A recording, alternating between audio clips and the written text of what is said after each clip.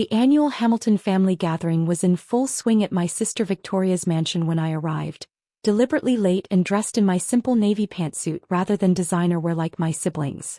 "Oh, look who finally made it," Victoria called out, champagne glass in hand. "Amanda, the office worker." Laughter rippled through the gathering of Hamilton elite doctors, lawyers, executives, and entrepreneurs. I was the family disappointment, the one who just worked as an executive assistant at Summit Enterprises. Or so they thought. "Still pushing papers for minimum wage?" my brother James asked, adjusting his Rolex. I smiled, accepting a glass of champagne. "Something like that." My phone buzzed, a message from my actual assistant. "Wall Street Journal story goes live in 10 minutes. Perfect timing." "Amanda," my mother sighed, "when are you going to do something meaningful with your life? Your siblings are all so successful." I glanced around the room at my successful family. Victoria, plastic surgeon to the wealthy. James, hedge fund manager. Michael, tech startup founder. Elizabeth, corporate lawyer. "I'm comfortable where I am," I replied, checking my watch. "Comfortable?" Elizabeth scoffed. "You live in a one-bedroom apartment and drive a Toyota." Another buzz. New York Times alert queued. Speaking of success, my father boomed, "Let's toast to the Hamilton family's newest achievement. James just closed a deal to acquire premium properties downtown portfolio." James raised his glass. 15 buildings, prime locations. "Once the paperwork clears next week, Hamilton Investments will control the best real estate in the city." I hid my smile behind my champagne. 3, 2, 1. Phones started buzzing throughout the room. News alerts, messages, emails, all at once. "What the?" James stared at his screen. "Oh my God," Victoria gasped. Elizabeth dropped her phone. The Wall Street Journal headline flashed across everyone's devices. Summit Enterprises CEO revealed. Mystery billionaire owns half of Manhattan. Below it, my corporate headshot smiled back at them. This is a mistake," my father stammered. "No mistake." I set down my champagne. "Summit Enterprises owns premium properties. Has for the past 5 years. Along with about 60 other prime real estate holdings in Manhattan." "But you're an assistant," James protested. "Executive assistant?" I laughed. "I'm the CEO. Have been since I founded Summit 10 years ago. Right after you all mocked my business degree from State College instead of Yale." "That's impossible," Victoria whispered. "Summit is worth 12 billion as of this morning's valuation," I finished. "Though that might go up once the market processes today's news." My phone buzzed again, more headlines breaking. Amanda Hamilton, from hidden billionaire to real estate queen. Summit Enterprises controls Manhattan's prime properties. Hamilton Investments deal blocked by surprise owner. The premium properties deal, James realized, face pale. "You knew that you were trying to buy buildings I already owned?" I smiled. "Of course. I've known about every brilliant move you've planned. Hard to compete with someone when you don't know they exist, isn't it?" The room had fallen silent, all eyes fixed on me as years of carefully maintained deception unraveled. "But, your apartment, your car?" Elizabeth sputtered. "Excellent camouflage, weren't they?" I pulled out my phone, showing them Summit's portfolio. "While you were all flaunting your wealth, I was quietly building an empire. Every time you mocked my simple life, I bought another building, another company, another piece of the city." "Why keep it secret?" my mother demanded.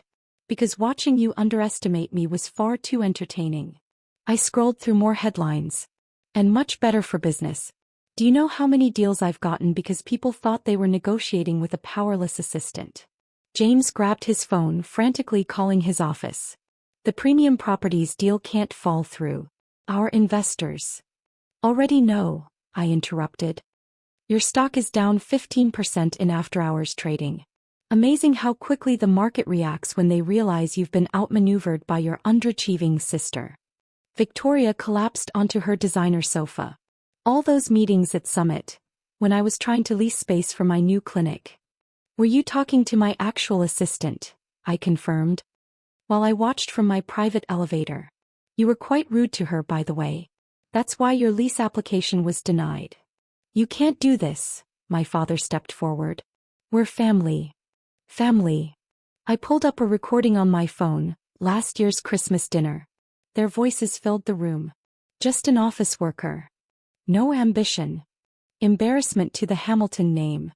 Funny thing about family, I continued, stopping the playback. They never see what's right in front of them when they're too busy looking down their noses. My phone buzzed again, Bloomberg requesting an interview. Forbes wanting a cover story. Wall Street analysts demanding meetings. Your father's right, my mother tried. Family should stick together. Now that we know about your success. Now that I'm worth acknowledging? I cut her off. Now that the daughter you dismissed as worthless turns out to be worth billions? We can work together, James suggested desperately. Hamilton Investments and Summit Enterprises already are working together, I smiled. Summit owns the building your company operates from, along with most of your subsidiary offices.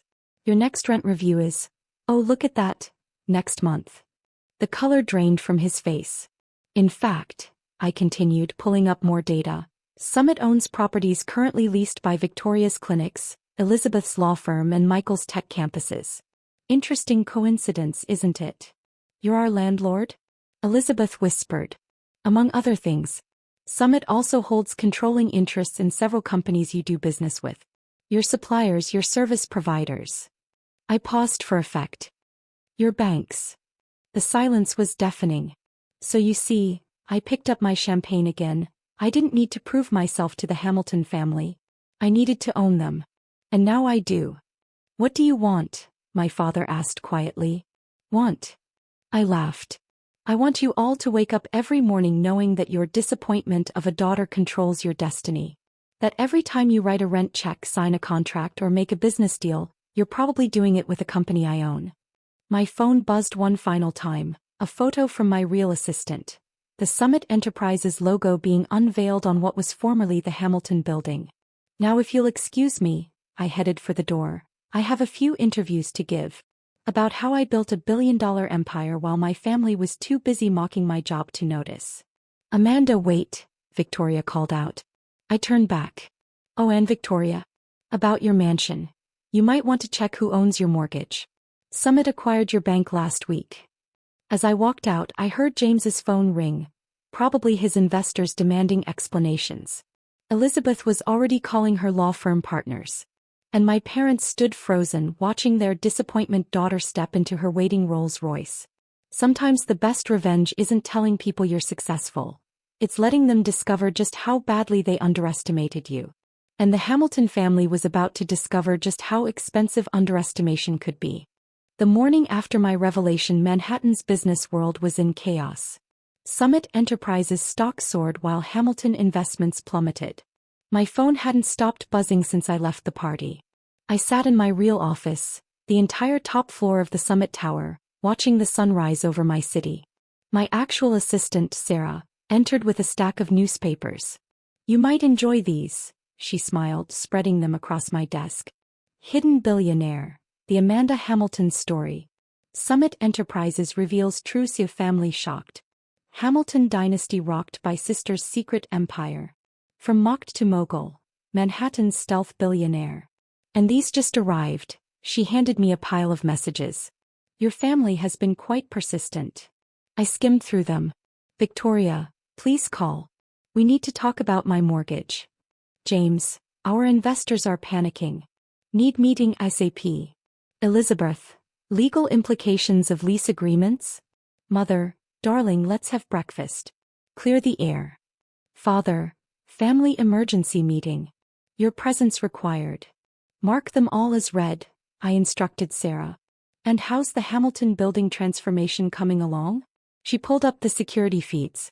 Workers were replacing every trace of the Hamilton name with Summit's logo. In the lobby, James stood arguing with security who now worked for me. Should I let him up? Sarah asked. No, I smiled, watching his frustrated gestures.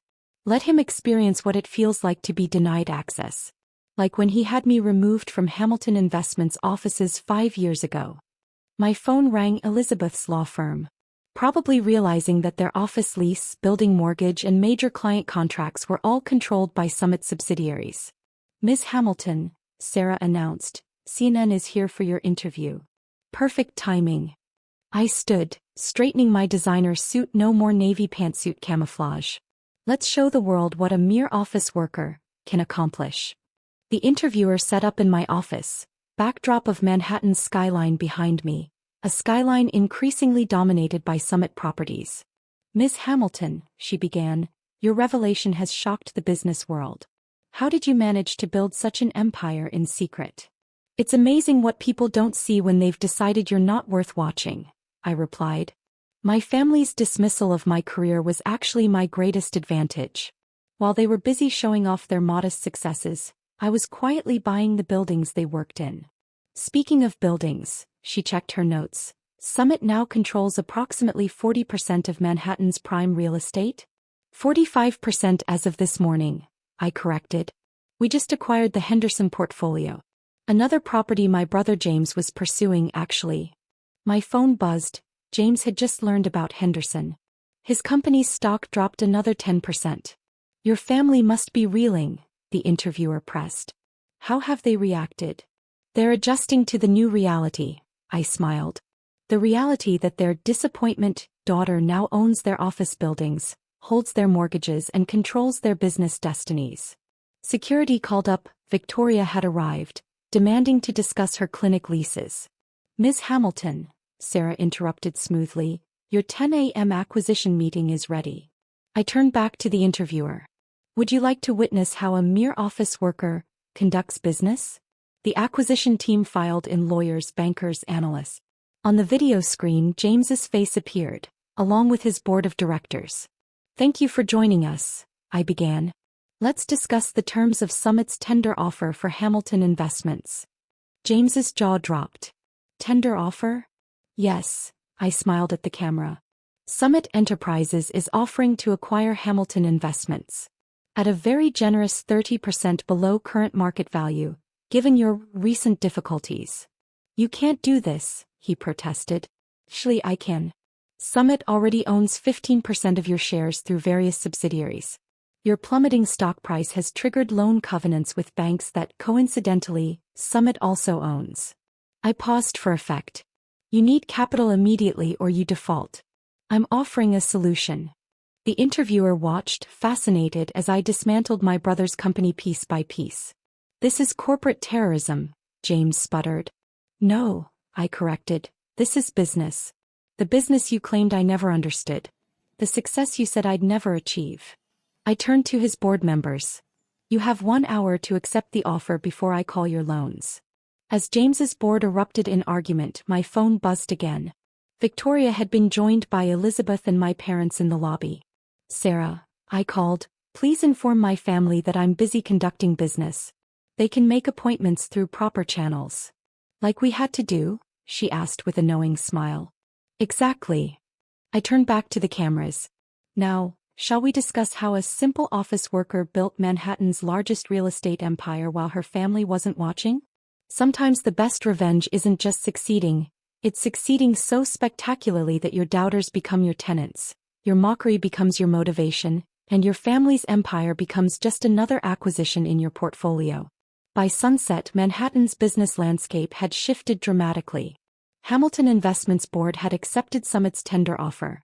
My family remained stranded in the lobby, and my net worth had increased by another $1 billion thanks to the market's reaction. Final tallies for the day, Sarah reported, entering my office with a data tablet. Summit stock up 67%, 3 major acquisitions completed, and 17 interview requests from major media outlets. I watched the electronic ticker on Summit Tower flash the day's headlines across Manhattan. Summit acquires Hamilton Investments. Mystery billionaire expands empire. Amanda Hamilton, Manhattan's new power broker. And my family? I asked, though I could see them through the security feeds, still clustered in the lobby after 8 hours. Your father's had 2 calls with his crisis management team. Your brother James is meeting with his soon-to-be former board. Victoria's trying to secure emergency financing for her clinics, and Elizabeth's law firm partners are voting on her future given the conflict of interest. I smiled, remembering all the family dinners where they'd questioned my career choices. Any messages worth noting? Sarah filtered through her tablet. Your mother's asked about your availability for their annual charity gala next month. Apparently they'd like to honor you as Businesswoman of the Year. How convenient, I laughed. Last year they didn't even invite me because my career achievements weren't significant enough to mention. My phone buzzed, a message from James. You've made your point. Let's talk. Should I finally let them up? Sarah asked. I considered it, watching them through the cameras. They looked exhausted, disheveled, so different from their usual polished appearances. Put them in conference room B. Let them wait another hour. While they waited, I conducted more business. Acquired 2 more buildings. Signed 3 major development deals. Approved lease terminations for companies that had supported Hamilton Investments' failed attempts to compete with Summit. Finally, as the sun set over Manhattan, I decided to face my family. Walking into conference room B, I found them exactly as I'd expected, angry, frustrated, and finally ready to acknowledge my existence. 8 hours. My father stood up. You made us wait 8 hours. I checked my watch. I made you wait 10 years. The 8 hours were just a bonus. Elizabeth snapped. We're family. Family. I showed years of footage. Mockery, sabotage, dismissal. Victoria whispered, we were wrong. Yes, I said, taking their usual seat. Now you need me, loans, deals, leases. Funny, isn't it? I revealed the truth. Victoria's clinics, Elizabeth's clients, James's investments, all owned by my company, Summit. For 10 years I built this empire while you laughed, I said. Breaking news. Hamilton Empire absorbed by Summit. Here's the deal, I told them. Summit buys your businesses cheap. You work under my team or lose everything. If we refuse? Good luck finding space in Manhattan I don't control. Forbes buzzed. Cover story, Manhattan's Shadow Queen. You have until tomorrow, I said, walking out. Amanda, we're proud of you now, my mother called. That's the problem, you're 10 years late. I returned to my office. Manhattan's lights gleamed. Every building, every deal, every success. Mine.